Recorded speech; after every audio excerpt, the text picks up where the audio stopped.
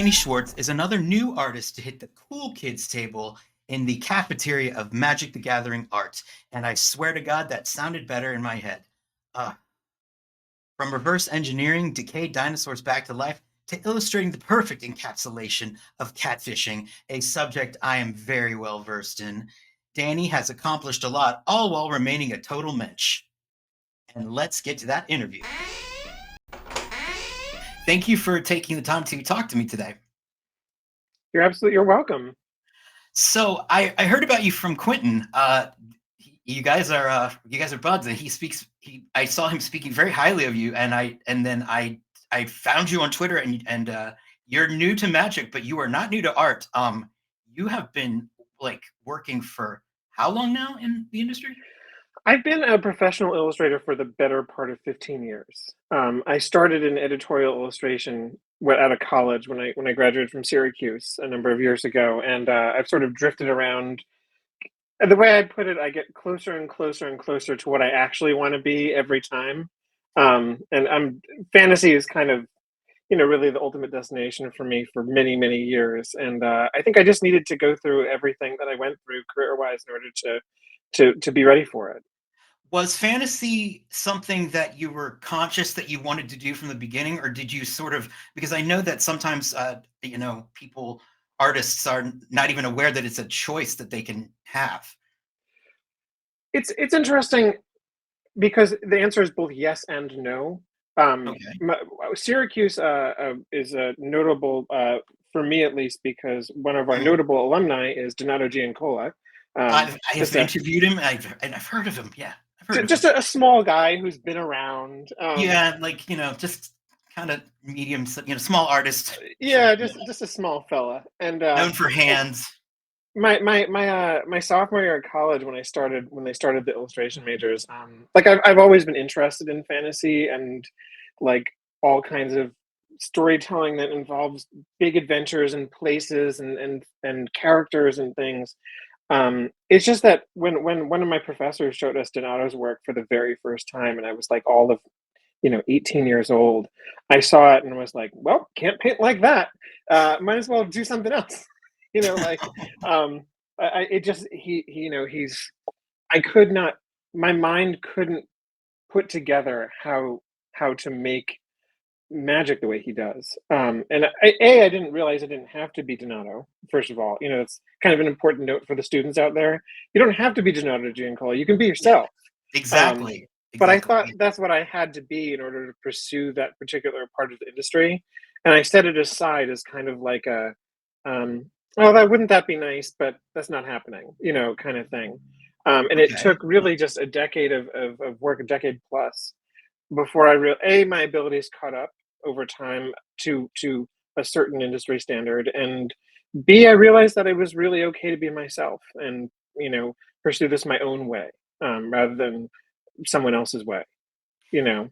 Yes, and it's your style is, I think, because of that your style is so marked. I mean, the I think it was in either in an article that you had written or part of the guest lecture. You talk about how you sort of eschew things like faces. You would like make faces at odd angles to make it almost look not right, because you had difficulty at the beginning with the way faces what was it, the egghead or something that you had talked about?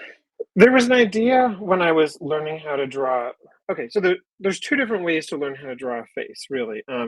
People talk about with very young students, like seventh, eighth, ninth graders who are just learning some basic tricks about anatomy, and structure. There's this whole measurement system that people do with kids, really, involving like you put a central axis down the center of the face. You line up various lines where noses and mouths and eyes should be.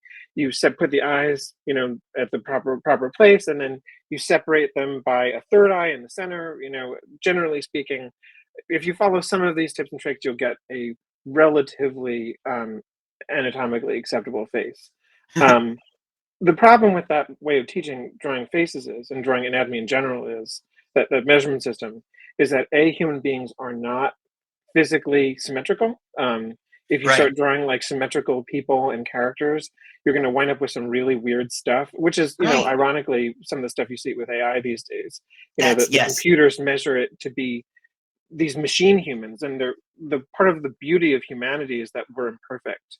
Um, Yeah. Yeah, like, we all have like, we're slightly uneven with our eye one eye is, like, higher than the other, and People eyes different sizes, nostrils different heights, our smiles are lopsided, and that's mhm. part of Yep. what makes us beautiful and makes us interesting. It's the Right. imperfections that make us neat to look at. So the other way of sort of looking at facial structure that I learned later in college was, to look at it in terms of value shapes rather than like strict measurements. And that system involves you draw like almost any shape really, and you draw five shadow shapes to correspond to one for under each brow, which is ultimately where the eyes are, one for under the nose, one for under the bottom lip, um, and one for under the either the bottom lip or the top lip, bottom lip, and chin, or whatever. And what you get is you don't really have to measure where they are, and you can play with some fun ideas about like you can draw the brow shapes up here and put the nose up here, and then all of a sudden you have like a really short nose and too high eyes or a bottom lip that's not quite the right place. But drawing the values of it and like establishing your shape structures is actually the more important part of drawing a face. You can get a bunch of really weird stuff to read as faces. And so for a long time I would just like fill notebooks with like, okay, now I'm going to draw a trapezoid and I'm going to put like this eye here and that eye there, and just see how, and then you, after you fill those shape in, you try to render it as best you can and see what you Interesting. can do. And it's just Huh. sort of a neat way to put together um, that our world is imperfect, and um, you can build characters by messing around shapes. You have to figure out what the most important shape of anything is. The thing that makes us read a human as a human. What is the bare minimum you can put in that makes a person look like a person or a dog look like a dog? And how can I sort of just keep that part and mess with everything else to make it look more interesting and see what happens. Yeah, and you taught yourself how to do faces. I think you said you had an artist friend who dared you to do 100 heads, and like, and you did the Lil Heads project, which I love that. I mean, like, that is so much fun, and it not only does it show that you have the ability to capture the essence of each of these characters, but you said something interesting too, that you learned initially by drawing yourself, and that you were worried that people thought you were a malignant narcissist.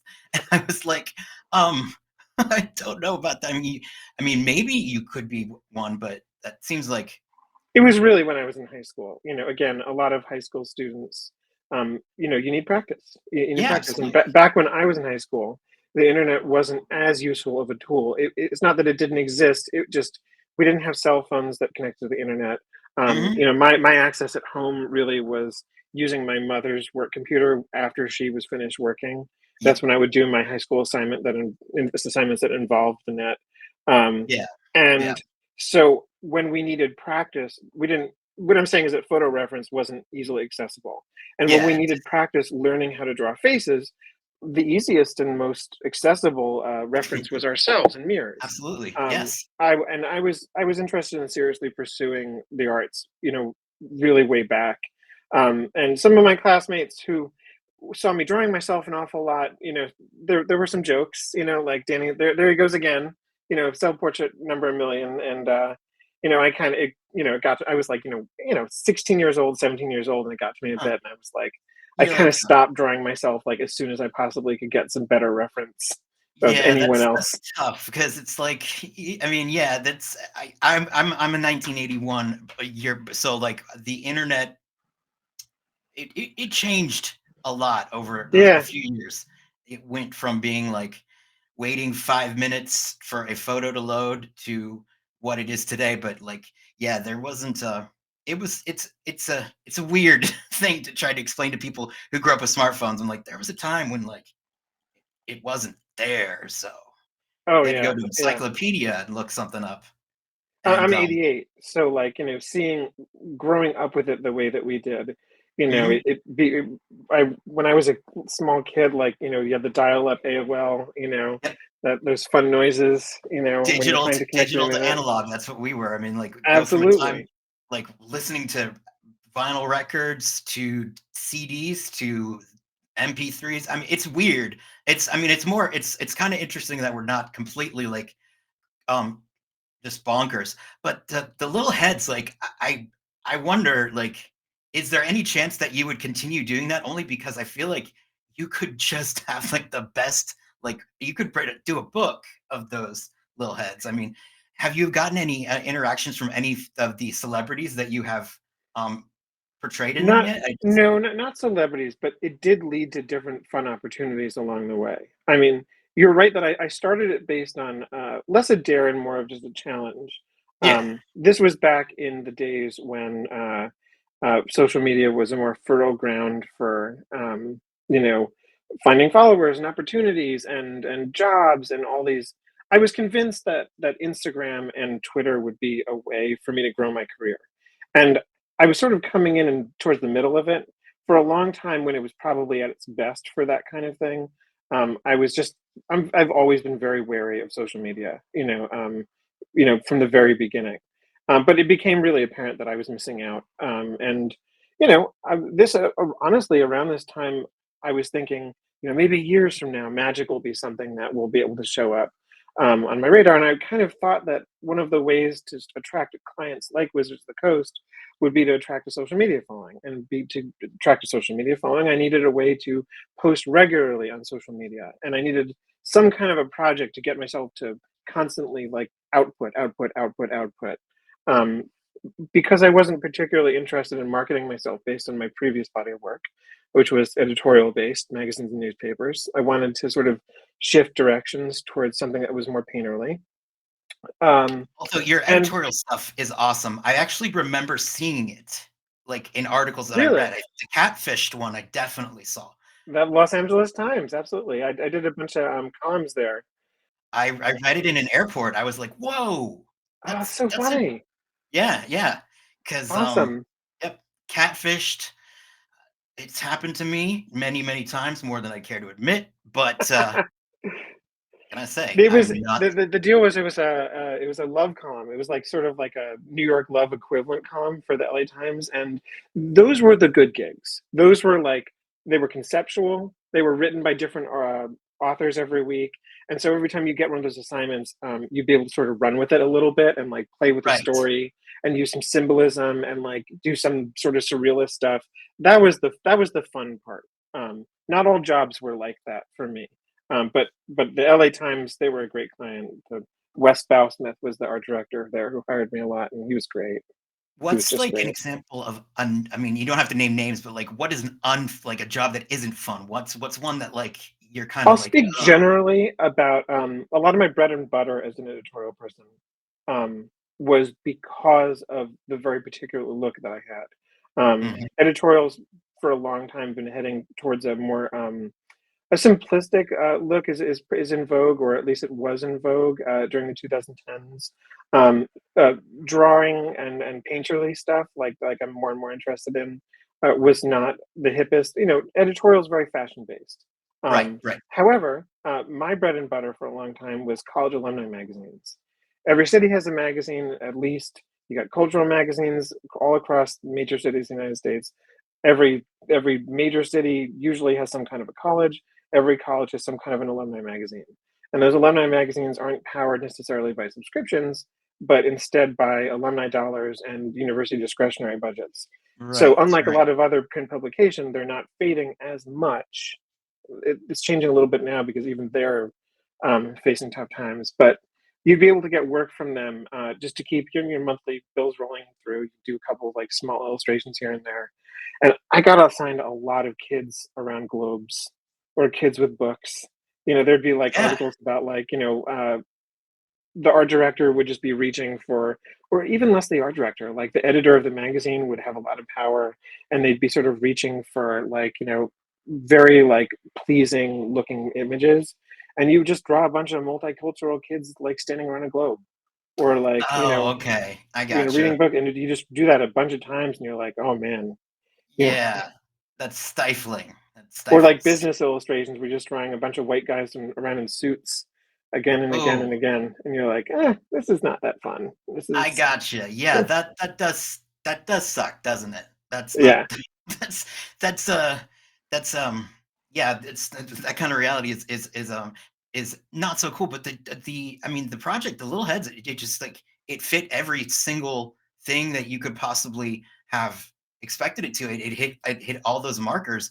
And so when did you I guess when did Wizards get wind of you? How did that go about? Because your trajectory has been, you've been on an incline, and it's really cool to see that. So when did you officially get the news that you were on their radar?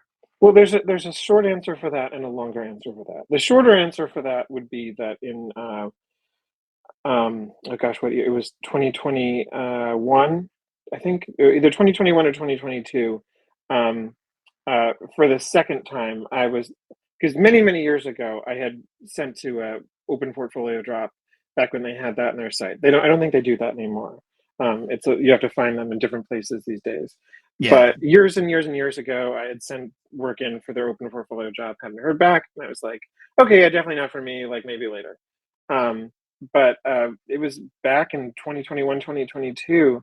I had done a job, a a commission for Mark Sheff, who is he's basically the gallery head he does a number of things, but he is the gallery head at Everyday Original, where I have a monthly or bi-monthly spot there. They're Wow. just a lot of fun. It's a wonderful gallery. I just love everything about it.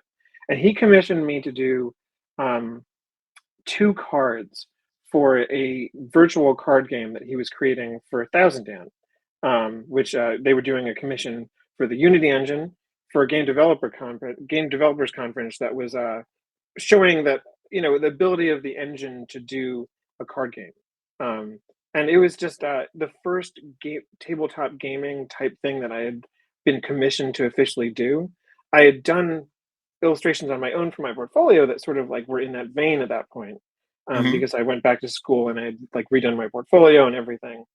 Um, but that was the first professional commission where like I was sort of asked to do card type things. I was given a lot of freedom. It was the whole concept of the game was like this virus versus robots thing, and I got to Right. design a lot of stuff. It didn't come with a world book or anything like that. It was on me to like design the stuff. But I finished that job and I was like, I just kind of felt like it was time. That like I'd been doing this for a while and I had reoriented myself just enough, and that it was time. So I sent a cold email to Zach Stella. Um, Nice. I just emailed him with those two of those images, and I was like, hey, I'd really like to do this. I'd really love to work with you. And I Were think I just got lucky because they were hiring for Wilds of Eldraine at the time, which was, even among Magic planes, that was a uniquely good fit for me.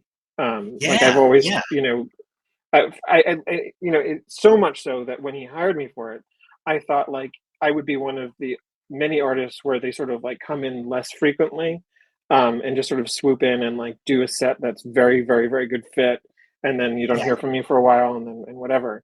So I Mhm. was like, okay, got to make the most of this. But I think it was very good timing, you know. And also I was ready. Yeah. It took a You're long time, but I was ready. You're very talented. You're Oh, very talented, so that helps too. Yeah, and then you drop. I mean, you hit the ground running by getting yourself a mythic, right? It's like I that's did. I did. I had, of course, no idea when I was working on it. no, you know, yeah, no, We never know. We never know. But it was a really nice surprise when it turned out to be a mythic. yeah, It was right. great. I mean, that's not a bad debut. It's not a bad debut at all. Not at The all. the pieces that you did, are they? Is I mean, if I guessed wrong, but was Burn one of them, or was Yes, the burn and heal. And so they that's were the like ones that I thought? Yeah, yeah, they're because very simple concepts. But I got to sort of like really run with their factions and stuff like that. It was great. Those make total sense. I saw them and I was like, for a minute I thought, oh God, is are there new magic cards? But there are new magic cards that you've done actually that have Yeah, just I think like literally this past couple of days your like pieces dropped. And the they're day before fantastic. yesterday. Yeah, it was a Merfolk Tunnel Guide and was the earlier one, but then Aftermath Analyst is the newest one, Yeah, and for real. people are already talking about it. People are already talking about the card. You're like, It's a fun card. I love that yeah, it has kind of a fun little gimmick to it. Like it's an uncommon, but it's kind of like a fun uncommon too.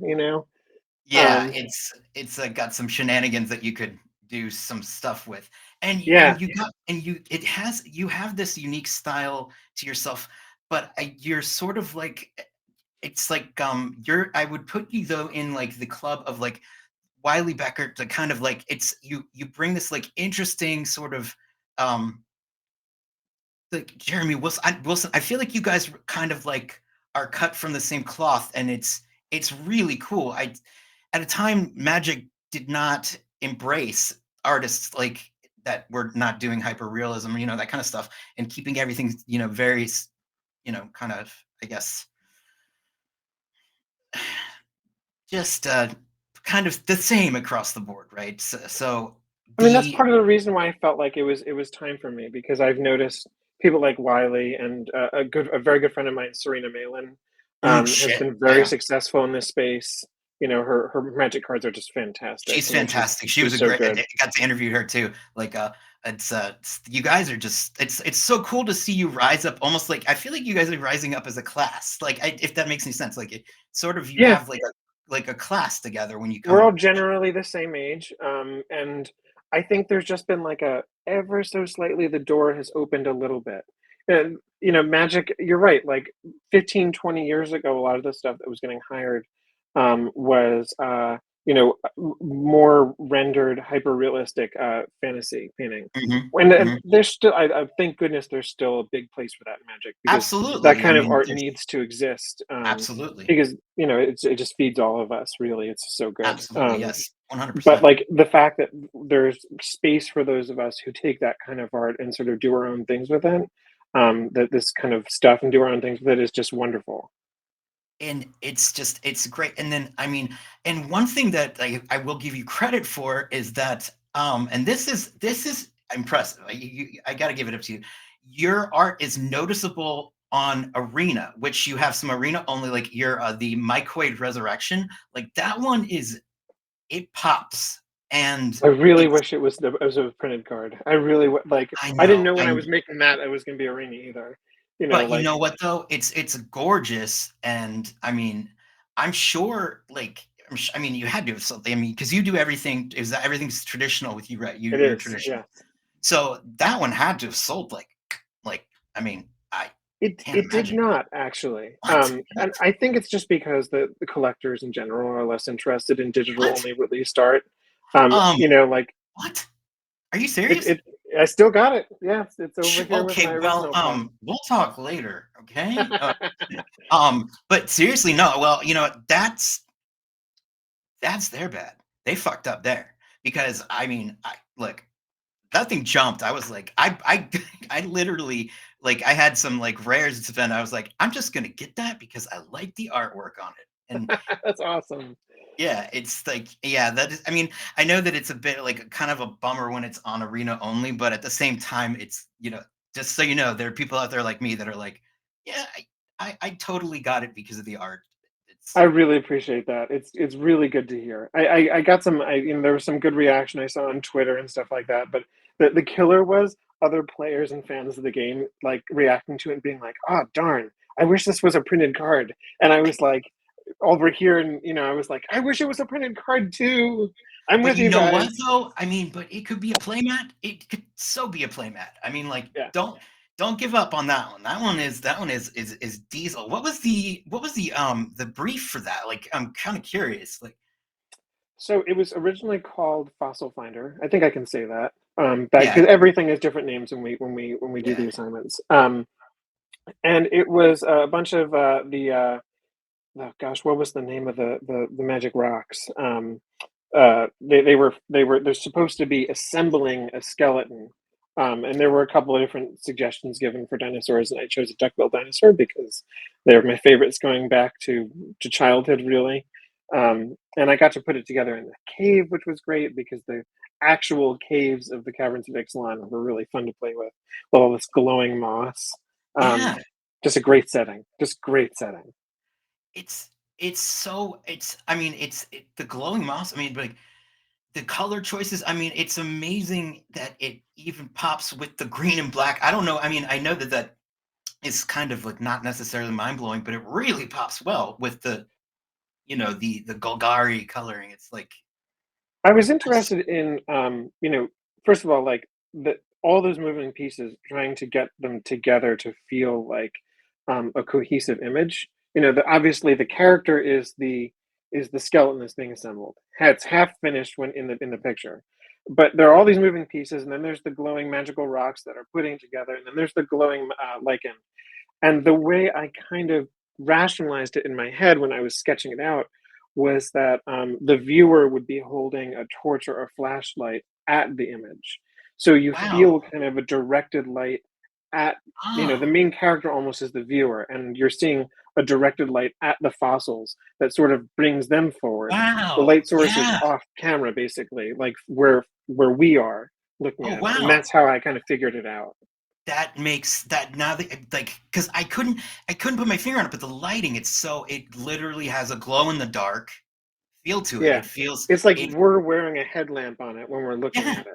Yeah, that's awesome. Now see, where do you like where do you get that from? I mean, you artists blow my mind because I'm still blown out that you can draw like a face, and then meanwhile you're thinking on those levels. I mean, had you always had that kind of brain that could do like when does that kind of thought process evolve with your art? Like, does it coincide, or I mean, or is that something that's just innate in you, that kind of I think ability to it comes to everyone differently, right? We all have different stories how we come from. My personal story, coming through editorial the way I did to fantasy, um, is it still affects the way I solve every assignment that comes my way, because I still feel like every assignment, every brief is a puzzle to put together. It's there's the actual creating of the image, the drawing and painting and like finding reference and using technique that you've honed for years, your whole life, putting together. But the before part of that is almost more exciting. The part where you read the brief, read the assignment, and put together a little puzzle, um, to actually like make the image work and make it interesting, exciting. Put the compositional pieces together just so that you direct the viewer's eye appropriately and tell a good story. That it's there's a thrill to it. It's like it's really just clicking those little puzzle pieces into place just properly. Mhm, mhm. I'm interested to know, as far as, like, your, like, artistic ancestry, like, I think, one of the, things that I saw from a lot of your pieces, the Norman Rockwell, is obviously there. There is I mean, you got the Norman there, but I'm interested, who do you think you would say would qualify as the people that were, like, laid the foundation for what eventually we would become the So the there's a style? big one. There's a big one that changed me irrevocably when I was 18 years old, and that his name Yes, is tell me. Sterling Unley. He's a Sterling well, he's an everything guy these days. But back when I found him, back when his work came to me, he was a really big force in editorial illustration, and he kind of really influenced the direction I wanted to take when I was in college. Wow. Um, there's a very particular painting that he did, that really it affected me so powerfully, that almost irrevocably became part of my artistic DNA. Like it was, I imprinted on it like a baby duck. I was Yeah, like 18 years old. It was given to me in a studio class, a media class, when I was in sophomore in college. So I was like 19, and like it's a painting he did for Virginia Living magazine of William Henry Harrison, okay. who was I believe the ninth president of the United States.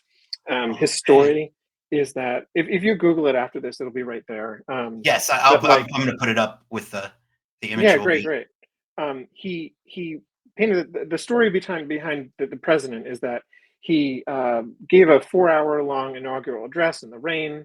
This is back when the stuff wasn't televised and like you had a bunch of your supporters, and he gave this really long speech. Weather was terrible. It was like January or whatever.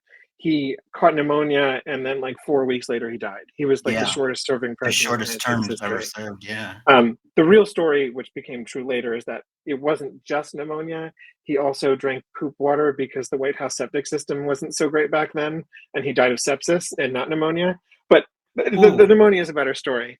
Um, yeah, that's, sepsis is yeah, Not great. not no, Not poop water, not a good way to go. no, But like not anyway, the not very illustration is presidential. brilliant because you look at the picture and it's head on when you look at it with your first eyes. When you look at the image the first time, it looks like a guy at a podium reading a speech. But all surrounding him is this view of these top hats and these characters that are representing the audience to his speech. But if you turn the image to the left, or if you turn your head to the left when you look at it, um, it suddenly becomes the perspective shifts on the whole image because he plays with a warped perspective, so that it works both ways. Where you turn your head to the left, and all of a sudden you're actually looking at pallbearers at a funeral. Whoa, Um, it's a mind bending image. It wow, taught me at a when I was a teenager that pictures could be smart, um, yeah, without resulting to cartoonish stuff. Not to say that there isn't a place in the world for cartoonishness. It just wasn't what I was interested in. yeah. It just taught me that you can be clever with the way you put together pictures. It was a foundational lesson to me that I never forgot. And so for a while, when I was in college, I was literally like, I would get my college assignments and like be like, what would Sterling do? I would just like look at his portfolio again and again until I figured out solutions based on what I thought he was doing. You can't do a format a career in that. Obviously, I picked up many more influences over the years. Andrew Hem's a big one. He does gallery work. He's really fun character stuff with color.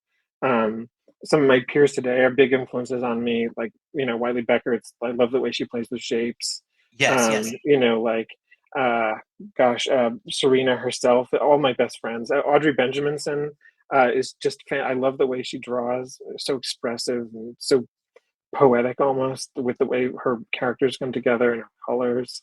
It's There's just so many. There's so much to love out there. and I do like to say this to people who are new to the game. It's like, is it weird for you that you're a contemporary with Donato Giancola? Like now you are a listed as a Magic the Gathering artist. I mean, technically you are contemporaries, you are peers, and you've both been hired to do work for Magic. And I want to say that I did the work necessary to get to a place mentally where I could ration that out before I became a magic artist. Where I learned, I learned in my 20s. I spent a lot of time like angsting over like the kind of artist I was going to be and the kind of look that I was going for. And as I hit 30, I kind of settled a bit, and I became more mhm, comfortable with both myself and my work. Um, Not to confuse comfort with complicity. I'm still yes, growing. I'm always desperately trying to grow and expand my abilities and my work. oh, But it's clear I got you to the are. point It's where clear. like I'm comfortable being in a room with Donato without being Donato, or without being close to. He's a first of all, I've met him a bunch of times now. He's a really awesome dude, Hmm. and he'll talk to you about art, and you can look at his work, and it's just you can enjoy him for him without wanting to be him, in a great He's a way. force. He's a force of nature for sure. Like he is. I when I interviewed him, he literally was working on magic art and doing the interview at the same time, didn't miss a beat. And I was like, wow, like that's by location. Like I can barely like put my clothes on. Like, like and he's sitting there like holding a conversation and working on art as he's doing it and not obviously not neglecting either of the two of them. So The I whole can see. field benefits from having someone like Donato in it. Mhm. All of our giants, people like Donato, I think we are all better for having them, and like we learning from them and being around them, you know? Um, Someday we may be like them, who knows? But, like, I for think now, that, well, like, I mean, you clearly are already on that trajectory with your guest lectures that you do, and I mean, it's very like impressive stuff. I mean, like it does it like ever like does it wash over you that like in probably like say 15 years or something, there's going to be a young artist that saw something you did, and that's the reason why they want to do magic. I mean, like, isn't that? I mean, is that's got to be fun to think about? I try not to dwell on anything like that, you know, because, like, on the Well, ground, it isn't quite as glamorous as all that. But, like, I mean, like, I love talking about art with people. I love experiencing it with people, and so, like, if I can open that door for somebody, like, that'd be amazing, you know, like, this is it'll happen. I believe that this is for everyone, you know, I believe art It's should be for everyone. absolutely. And if my work can be a door for somebody into this world, which I think is wonderful, then that's great. That's Oh, absolutely fantastic. I'm just saying it's gonna happen. I mean, like, I can say that because I'm not. Yeah, like, I'm allowed to say it. I'm calling it right now, and I'm never wrong about these type of things. But okay, so then I would be interested to hear from you. What would be some examples of some art that is, in your opinion, like an art or an artist that is woefully like not appreciated the way that you think that they should be? Like, who are some like artists that you wish people heard of more? That Hmm. maybe like for me, it's like Remedios Varo is one that I really love, but she kind of gets overshadowed by Frida Kahlo and that that kind of whole thing. Like, who would be some people or some pieces that Hmm. qualify for that? It's an interesting question.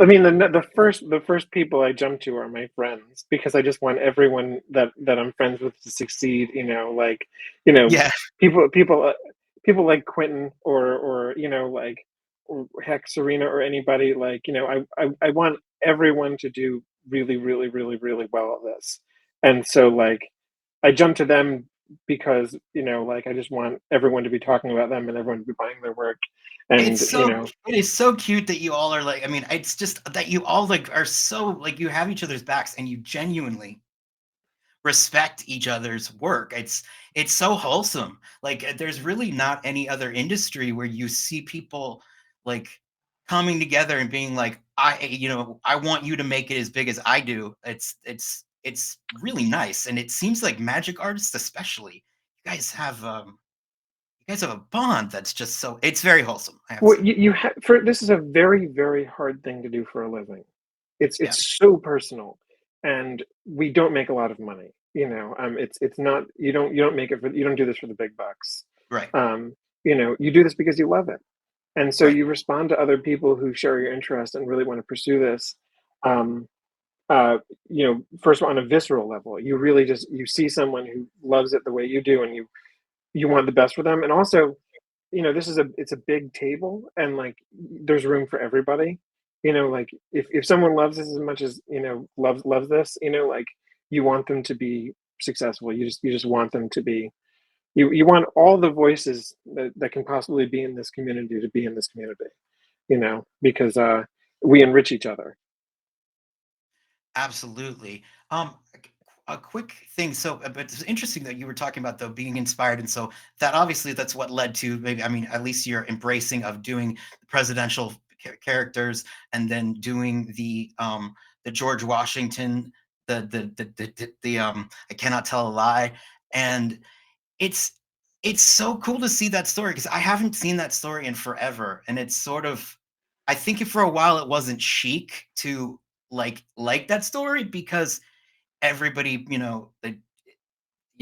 were like, "It's not true," and everybody was, cynical, but now I don't know, it's your version of it, it has me, like, feeling the feels that I the way that I did when I thought it was, the actual truth. But when you do that kind of work, how do you manage to like, how do you balance the folk part of it and then also give such a human aspect to it? Do you feel like you're hanging with little Georges? I think that there's a relatability to messing up. you go to the core of the story, which is a character who makes a mistake, right? And I think that there's a I like that. I've always liked that story because I think you feel, a the relatability of just screwing up and trying to recover from it, and b the part before that, which is sort of knowing you're doing something wrong and sort of dancing across that line anyway and seeing what happens. Yep. It's a very human thing to do, and no matter how the story is told, that's always an aspect of it. Like he kind of knows that he shouldn't chop down the tree, and he does it anyway, which I think is a lot of. There's just there's a something really fun there, Yeah, we've all been there, I think, especially like I can say I'm for sure like young boys would definitely that's something that a young it's a very I've Yeah, been there. Yeah. exactly. How much destruction can you possibly get away with? There's a line somewhere. Can we find it? Yep, And that's the exactly. challenge of boyhood. That's very true. Oh God. Oh man. My version would be like instead of like, the cherry tree would be like the time that I made my own homemade Castlevania whip and like whipped my friend because we were playing vampires and I opened up his skin. That's what I learned. And then I Yeah, I learned that uh I could not tell a lie because my mother was like ready to kill me. So it was bad. absolutely, But absolutely. so that's I mean that's fascinating. So okay, let's throw it out there in the universe. If you could hypothetically get a magic like assignment, what would be one that you would like either a set or a particular character? I don't whichever you choose. But like Oh, what would there be is like one. There's one that I'm putting it out into the universe. yes. Someday, it doesn't have to be now, it doesn't have to be next year, it doesn't have to be next decade, but before I die, I would like to paint a Nico Bolas card. Ooh, that would be great. I would That very would be much like to do great. that. I was for some I was playing around with the Amonkhet stuff, and that whole story is so twisted and weird. I Even know, even right? among magic stories, what that character does to those poor people is just like so messed up. I Um, mean, he's a true monster. It's there's so much darkness there, and yes. it's just kind of like, oh man, I just want to paint the evil dragon. Like it's just he's Yeah, there. no, it's true, and I think what even makes it that makes the set like so like even darker is it has the same thing as like the Texas Chainsaw Massacre does, where most of it happens in broad daylight. Like there's this like bright sun. There's two suns, right? Yeah, And yet everything feels absolutely sinister. but And he leaves he leaves his horns everywhere. Like it becomes embedded in the culture. He convinces these poor people that he's like a savior god. yeah, Like yeah. oh man, it's really rough. Is yeah, It's these really rough. years yeah, and he just it was yeah, it definitely, like, has I mean, yeah, Innistrad the horror plane, but, like, the dark story, like, that's it's almost not almost, it's, like, biblical, really. It's It it's really is. very biblical. It's like God gone It's bad. extremely messed up. Yes. And I've had a soft spot weirdly for him ever since I read that stuff. It just He's it's fa I'm waiting That's someday. fascinating. Yeah, no, but that like, because there's a lot to go into, and I can see that you have that you have a backstory going on with your work.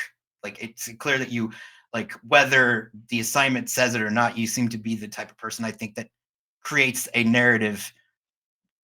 Regardless, Well, that's is why I that love magic. The story is there. There's a depth there. There's so many of these characters have histories when we come into them. The planes have histories. Oftentimes we're revisiting planes these days, yes, and there's stories already upon stories upon stories, and like for people like me, for many of my peers, it's just a feast. You it's get to drop all absolutely. these references and like really dig into the lore and just have a ball with it. It's great. I would love to see Nick. That would be so awesome, and like we haven't heard from him in a hot minute. So, Yeah, who knows? I mean, yeah. he's not out for the count. He's just right He's now not dead. he's just in timeout. You know what I'm saying? He's in timeout, Yeah. interdimensional timeout. And we all know that Ugin can, like Ugin can and will fuck up, and he will stop paying attention because he's very impressed with the sound of his own voice. He'll Exactly. not pay attention, and then all you got to do is you take your eyes off Nickel for 1 second, and he's out the door. So I think they were very careful not to kill him because he's so much fun. yeah, Um, you can't get rid of like an evil like that never dies, now does it? yeah. Like he's like a Freddy Krueger, or it's like he cannot die. He's the essence of evil, and yeah, that would be great. I was guessing. I thought maybe you'd be like someone that would do Liliana, but Nicol Bolas, yeah, that makes sense too. That makes a lot of sense. Oh, yeah. I mean, any of the planeswalkers, like I would love to get my hands on. It almost goes without saying, they're great. But Nico Bolas is the top of my list someday. Yeah, that would be. Let's put it out there. Universe, do it. And Absolutely. like I said this to Quinn too. It's like we're putting it out there like that book, The Secret, which is not a secret because it's sold millions of copies. Yeah, we're gonna manifest it. Put it on my vision board that's in my head. Um, Absolutely. so uh, before I let you go, I'd kind of like to ask the fun questions, but I know, and okay, and I'll give you a preface saying like if you had to throw a dinner party where you could invite artists living or dead from whatever period they are from. Now I know that you'd invite your group of friends because that's the same thing that Quentin did, but who are some of the not alive ones or the ones that you don't know personally that you would bring to the table? So I mean, like, there's the people who I think would be interesting to chat with, and there's people that are direct influences Bring them to in. the, Let's the hear it. people that influence my line of work. So like Gustav Klimt, Yes. He gets invited to big so one for many. me. He Hard gets not to invited to invite him. Hard yes, not to you got invite to him. invite him. And then his almost contemporary Egon Schiele, who a student of his, died really really young. He was like 28 or 29, maybe he was younger than Yes. that when he died. Like, but his art influenced so many of us, like a whole range of people that like playing with distorted figures and anatomy. Would love to chat with him. So definitely them. Then some of the Renaissance guys, like, I know it's cliche, but Da Vinci. Like I'd love to I sit mean, down with him. yeah, that's you kind of like he's like I mean, you kind I mean, yeah, cliched for a reason. Like Yeah, it's a good cliche. Like you yeah. got to like, I mean, you could probably pretend like you don't want to like have him at the dinner thing, but that's not really cool. Posing Oh is yeah. not. Um, and did you when like as a teacher though, I am curious about this. Like, how did you evolve into teaching? I mean, is that I know it's a little bit off course, but I just really forgot to ask it. But I am curious though, because now you're giving guest lectures and you're doing these like very I don't want to say highbrow, but very like important things that I'd imagine you yourself were once watching and influenced by. And so now you're the one standing there. Like, was that was teaching organic for you? Did you like slip into it? I think that it's again a combination of both answers. Like first of all, like there's a very symbiotic relationship between illustration education and illustrators, because in order for illustrators to be educated properly, they have to hear from working people. They have to Yes. hear from those of us who are in the business. Um, People that are just educating, it's they can teach technique, but they can't teach survivability as well, because they're teaching jobs, keep them pretty solid and healthy. And Yeah. they can't. They're everyone has a different path and story and way of getting into the business, which is really important to know. And so there's a constant pipeline of illustrators talking to future illustrators, because that's the way this business survives. And so I think that that's a way that my own link to education started. Um, like I was working pretty regularly in my 20s for editorial clients. Yeah. It was I first started teaching um, at my alma mater. Actually, I was Yeah. invited back to teach like a guest class at Syracuse, in conceptual illustration, because it was always kind of like a passion of mine. It was becoming a big focus of my work. And that kind of just sort of one thing led to another, led to another, led to another, led to another. And now I'm at Montclair State in New Jersey. It's my local state school, really, and they're really working very hard to build it into a notable art program. Christina Rodriguez Nault is my department head there. I went to grad school with her, Oh, and nice. she became the department head there during COVID. Basically, there was like a bunch of like turnover, and she sort of like jumped into this great position, and they're building something, which I think is really, really exciting. That's Trying to cool. make a modern, flexible department that teaches the next generation of artists, which I think is Yes. just really exciting. And yeah, that's actually you that raised a good point because the already established, like places are already, like it's better to have another place where the best can also convene. And if it's any indication, if they're, like asking you to do work, I mean, that's it's not a bad sign. I mean, not at all, I'd say. Like it's cool to hear that because in the arts in general, there is I can speak specifically for journalism, uh, and this was back when you would go to college for journalism, like that was actually a choice that makes sense and not a complete waste of money. But uh, there was never discussions about like how to run your business, how to handle the industry, those kind of things. It's great that the arts, specifically like the that one's the industry that you guys are in, that you consider that because they don't really We teach try it in. because it was kind of the same deal for me, honestly.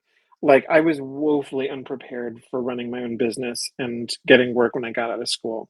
I was so many people, so many students, like sort of like hit the wall right out of school and don't enter this profession fully because it's very, very, very hard, Yeah. to get started. And a lot of schools that have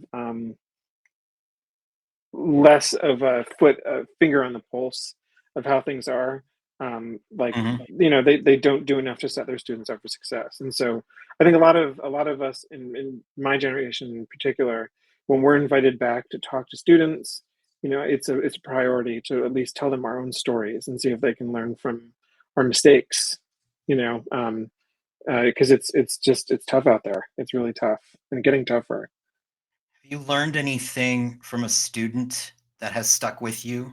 Like, have there been moments where a student has made your horizon broaden or maybe shift your view that I'm gonna maybe there's say some. yes, like, in a more broad sense that one of the I started teaching when I was still in editorial, and I was enjoying talking to my editorial kids, interested in magazine newspapers, and we were having a good time. But during the bigger critiques in the department, I found myself I was always gravitating towards the fantasy kids, the kids that were interested in like doing this, and like it took a long time before I like started asking myself like why that is, like Right. maybe I belong with them all along, you know, and Am I a I think that a fantasy lot of my illustrator? students, yeah, like, is that who I am?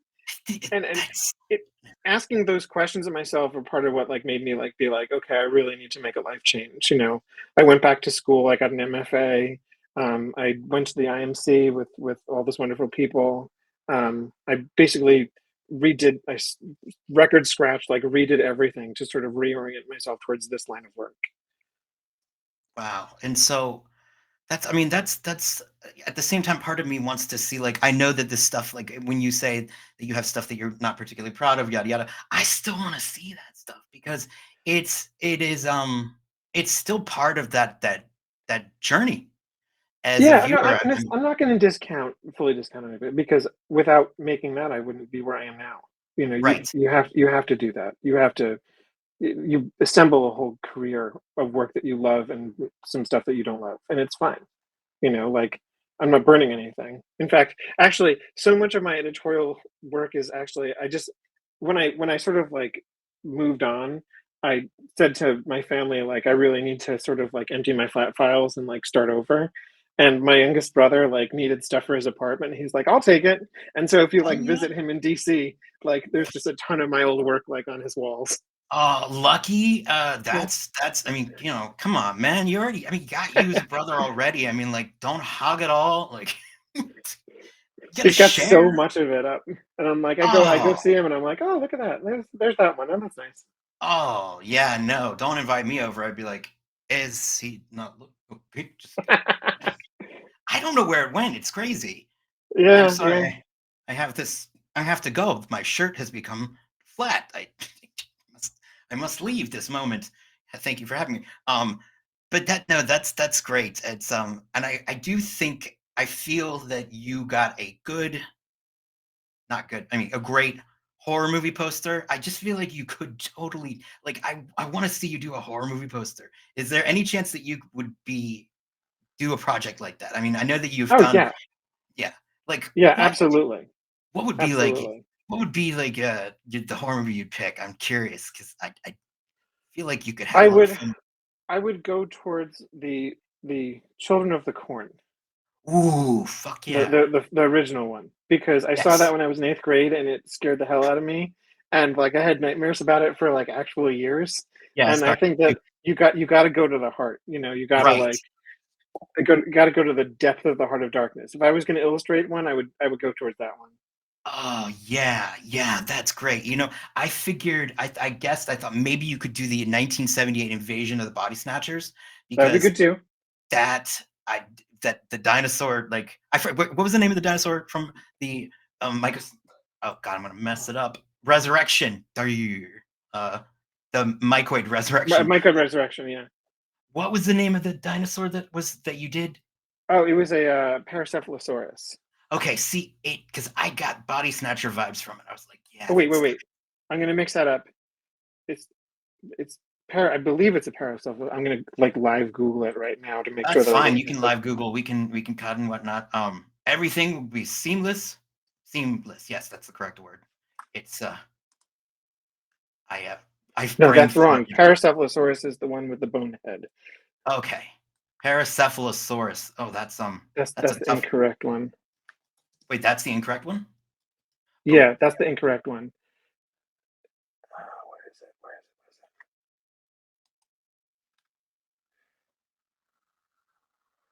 is it? the now that you told me like that's the lighting, I'm like, duh, It's it's blowing my mind. Parasaurophilus.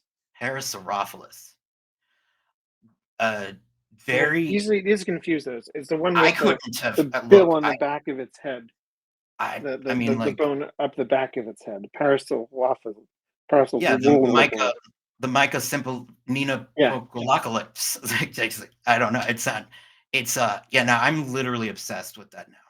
I cannot stop looking. I'm trying to not look at it because I have you here, but I'm like, yeah, look at that. It's good stuff. Uh Before I let you go, the last question I want to ask, because I love to know this. What is a song that you love that is embarrassing to admit? And I mean, and I want something like good. Like I usually go for Cotton Eye Joe or um up It's until funny that you recently. bring that up because I just had a dance party with my 2-year-old daughter to Cotton Eye Joe the other day. I needed to get her moving, and I was like, "Hey Siri, play Cotton Eye Joe," and we just, like, together. Yeah, yeah, But it's fun. but It's I'm gonna funny. give you the truest possible answer to that question, the most honest thing that I can possibly tell you. It's, the Backstreet Boys' "Larger Than Life." Oh God, wow. You know what? I have loved that song since I was, like, 10 years old. Like, I cannot stop loving that song. I Want It That Way was mine. Like Either that or the I second true answer would be "Gangsta's Paradise," oh which is also an exceptional song that I've loved since I was even younger than that. So I remember like I was in high school when or junior high when that came out. Like you couldn't sneeze without that song playing. Like oh, it yeah. was number one for like 30 weeks. It was insane.